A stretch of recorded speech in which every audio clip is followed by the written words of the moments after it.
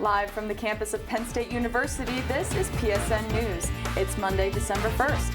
We have all you need to know about a string of local phone scams, as well as more on a special recognition for some Penn State student firefighters. We also have the latest information on the shooting of 2 National Guards, along with sports, entertainment, and weather. Stay tuned.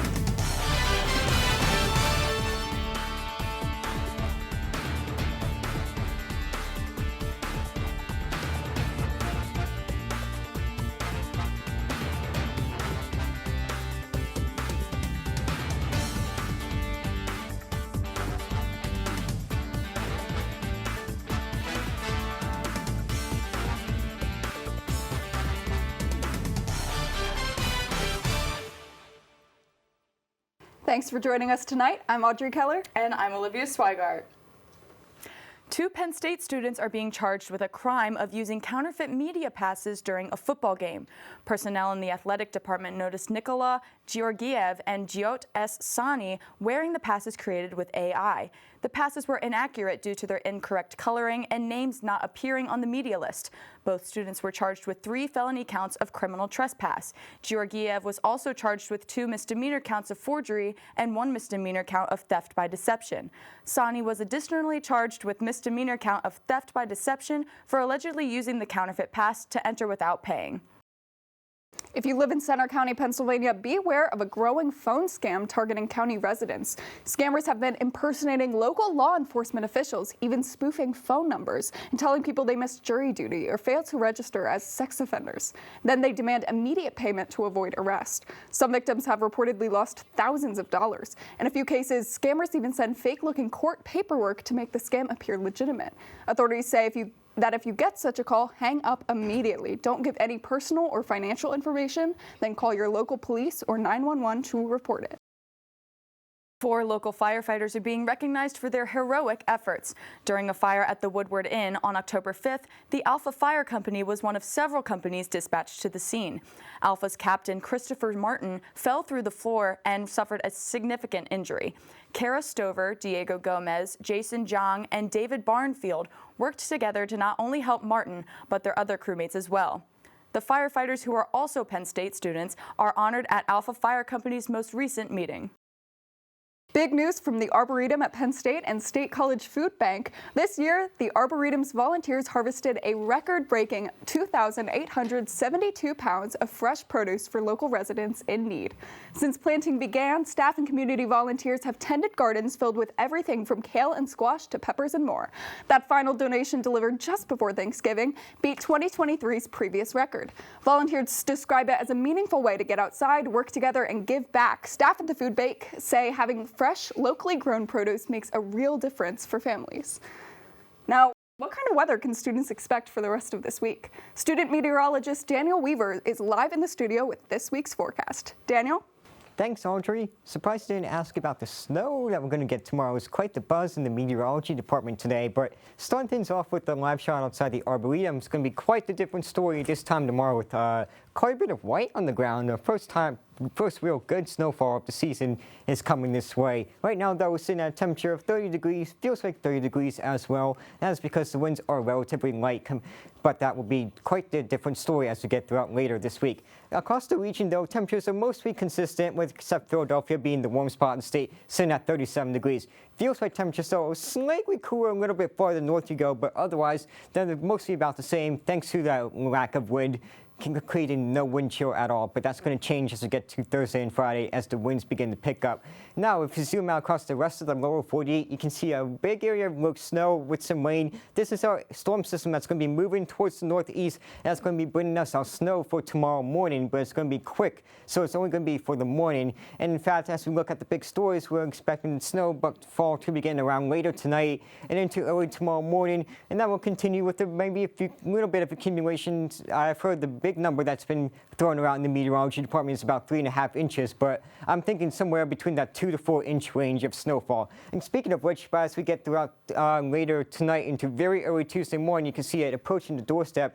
As we go farther to around breakfast time and even beyond, you can see that it's pretty much snowing throughout most of the morning across the Commonwealth, with the exception being Philadelphia, staying mostly as rain with maybe a few snow flurries mixing in there. And as we get throughout past lunchtime into early afternoon, snow is pretty much out of the state except for the far east, but it's out there by dinner time, so no impacts to your evening commute. Can't say the same for the morning commute though, but I know that the county workers will be out pretty busy putting salt on the roadways and sidewalks and keeping things clear for the morning commute tomorrow. Here's our official snowfall forecast, and for us here in the valleys, we're expecting about 2 to 4 inches of snow. You go a little bit higher in the ridges, you can see a little bit more, about 4 to 6 inches, and you want to see the most, you gotta go all the way up to northeastern PA, where they could be expecting almost over half a foot of snowfall from this system.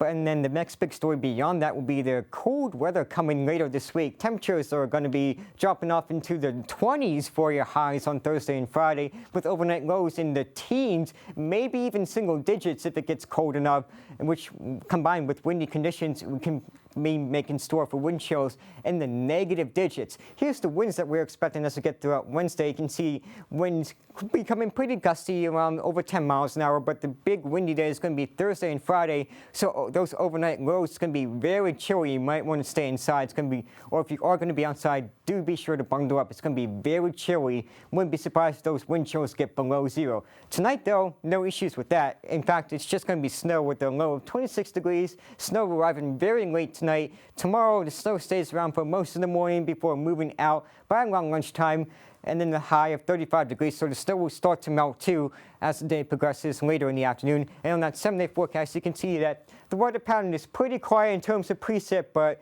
going to be very chilly, especially Thursday and Friday and Monday next week. But Thursday and Friday is what I'm watching for those windy conditions, making those wind chills feel very cold outside. Back to you, Audrey. Thanks, Daniel. Now over to Jenna with the latest in sports. Thanks, Audrey. I'm Jenna Wisman with your sports update. Penn State women's volleyball is headed to the NCAA tournament for the 45th year in a row. They're the only program in the country that has competed in the tournament every year since its inauguration in 1981. The defending national champions are slotted as the 8th seed in its region and will travel to Austin, Texas, where they'll take on South Florida this Friday at 5:30 p.m. Penn State women's basketball picked up its 4th straight non-conference home win Sunday with an 82-64 victory over Yale at Rec Hall. The Lady Lions improved to 6-1, marking the 3rd straight season they've opened with at least 6 wins in their first 7 games. Keomi McMiller led Penn State with 19 points and 6 assists, her 4th time pacing the team in scoring this season. Gracie Merkel added 18 points on an impressive 9 for 10 shooting performance, while Mariah Murray also finished with 18 and hit half of her attempts from 3. The Lady Lions return home on Saturday to face Nebraska at 1 p.m. Lane Kiffin announced Sunday he's leaving Ole Miss after 6 seasons as head coach. He told reporters after Friday's game he hadn't made a decision, but has now opted to leave Oxford for the head coaching job at LSU. With Kiffin's departure, the 11-1 Rebels have promoted defensive coordinator Pete Golding to lead the team through the college football playoff. Kiffin guided Ole Miss to its best season in more than 60 years, but the university did not allow him to stay on during the team's push for its first national championship. LSU becomes Kiffin's 5th college head coaching job in his 14-year career. He replaces Brian Kelly, who was fired in October during the 4th year of his 10-year contract. The Denver Broncos linebacker Alex Singleton had a very eventful Sunday, and not just because he helped his team secure a 27-26 overtime win against the Washington Commanders. Singleton was returning to the field for the first time since undergoing successful cancer surgery. Just last month, the Broncos announced Singleton's diagnosis, discovered through a routine drug test conducted by the organization. Now, only a few weeks post-op, the 31-year-old is back on the field and made a pivotal play in the 4th quarter on Sunday. When asked about being back, Singleton said, quote, "I mean, there's just nothing else you could ever want in this world. This team's special. I'm just happy to be a part of it. I love these guys," end quote. That's all for your sports update. After the break, Joy Donald has the latest in the world of entertainment. Stay tuned.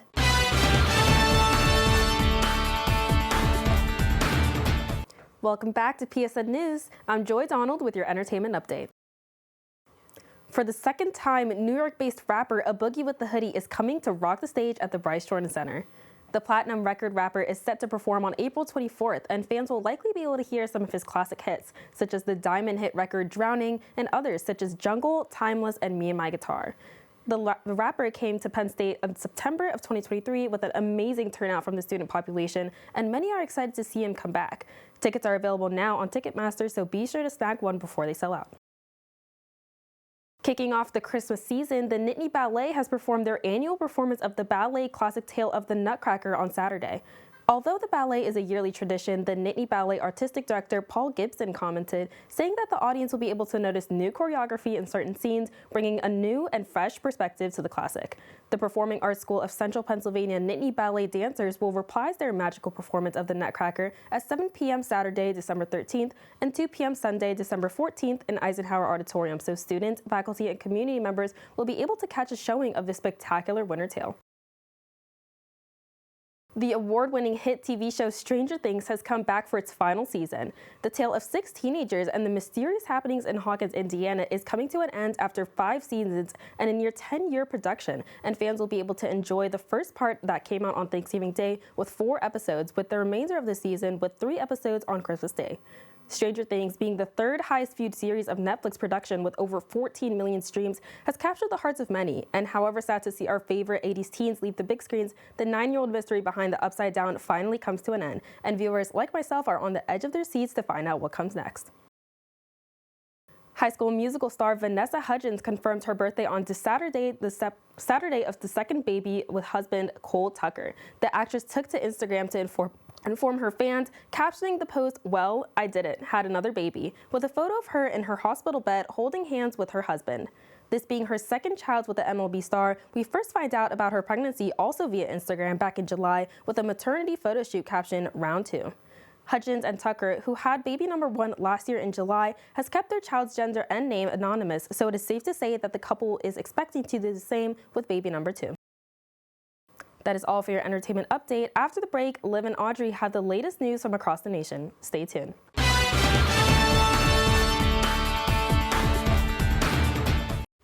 The man responsible for shooting 2 National Guard members is being charged with first-degree murder.